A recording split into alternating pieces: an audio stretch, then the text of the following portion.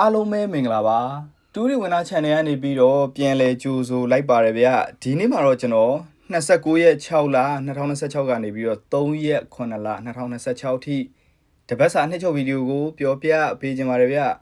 ဟုတ်ကဲ့ပါပထမဆုံးအနေနဲ့ကျွန်တော်တပတ်စာအတွက်နေ့တိုင်းနေကုန်ကီးတွေအချိန်တွေအရင်ဆုံးပြောပြပေးခြင်းပါတယ်တနင်္လာနေ့နေကုန်အတွက်ဆိုလို့ရှိရင်တော့1 2 3ကီး3 8အချိန်ဖြစ်ပါတယ်တနင်္လာနေ့နေကုန်အတွက်ဆိုလို့ရှိရင်တော့1 2 3ကီး3 8အချိန်ဖြစ်ပါတယ်ဗျအင်္ဂါနေ့နေကုန်အတွက်ဆိုလို့ရှိရင်တော့3ည35ကီး16ချိန်ဖြစ်ပါတယ်3ည35ကီး16ချိန်ဖြစ်ပါတယ်ဗျ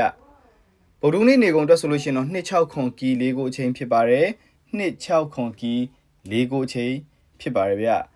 ကြာသပတေးနေ့နေကုန်အတွက်ဆိုလို့ရှိရင်တော့369ကီး16ချိန်ဖြစ်ပါတယ်369ကီး16ချိန်ဖြစ်ပါတယ်ဗျတောက်ကြနေ့နောက်ဆုံးနေ့အတွက်ဆိုလို့ရှိရင်တော့3ည24ကီး16ချိန်ရွေးထုတ်ပေးထားပါတယ်ဒါတွေကတော့တပတ်စာအတွက်နေ့တိုင်းနေကုန်ကီးတွေချိန်တွေဖြစ်ပါတယ်ဗျဟုတ်ကဲ့ပါဆက်ပြီးတော့ကျွန်တော်တစ်ပတ်အတွင်းလိုက်တဲ့စိတ်ကြိုက်ပတ်တီလေးလုံးလည်းပြောပြပေးကြပါမယ်ဒီတစ်ပတ်အတွက်ရွေးထုတ်ပေးထားတဲ့စိတ်ကြိုက်ပတ်တီလေးလုံးကတော့1356ဖြစ်ပါတယ်1356ဆိုတဲ့စိတ်ကြိုက်ပတ်တီလေးလုံးဖြစ်ပါတယ်ဗျဗုဒ္ဓမကျော် break 3လုံးလည်းဆက်ပြီးတော့ပြောပြပေးကြပါမယ်ဒီတစ်ပတ်အတွက်ရွေးထုတ်ပေးထားတဲ့ဗုဒ္ဓမကျော် break 3လုံးကတော့136 break ဖြစ်ပါတယ်136 break ဖြစ်ပါတယ်ဗျဗုဒ္ဓမကျော်9လုံးခွေကိုလည်းပြောပြပေးကြပါမယ်ဒီဘက်အတွက်ရွေးထုတ်ပေးထားတဲ့ဗုဒ္ဓမကျော်9လုံးခွေတော့63245ဆိုတဲ့9လုံးခွေဖြစ်ပါတယ်63245ဖြစ်ပါတယ်ဗျဒီတစ်ပတ်အတွက်တစ်ပတ်စာအကြိုက်ဆုံးအတွက်တော့ပါဝါနဲ့နက်ခတ်ကိုရွေးထုတ်ပေးထားပါတယ်ပါဝါနဲ့နက်ခတ်ကိုကြိုက်ပါတယ်ဗျဒီတစ်ပတ်အတွက်မထွက်မရှိပတ်တီးနဲ့ break ကတော့10ပတ်တီးနဲ့10 break ဖြစ်ပါတယ်10ပတ်တီးနဲ့10 break ဖြစ်ပါတယ်ဗျ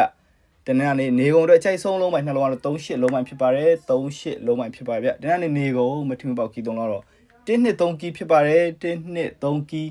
ဖြစ်ပါတယ်ဗျဟုတ်ကဲ့ပါ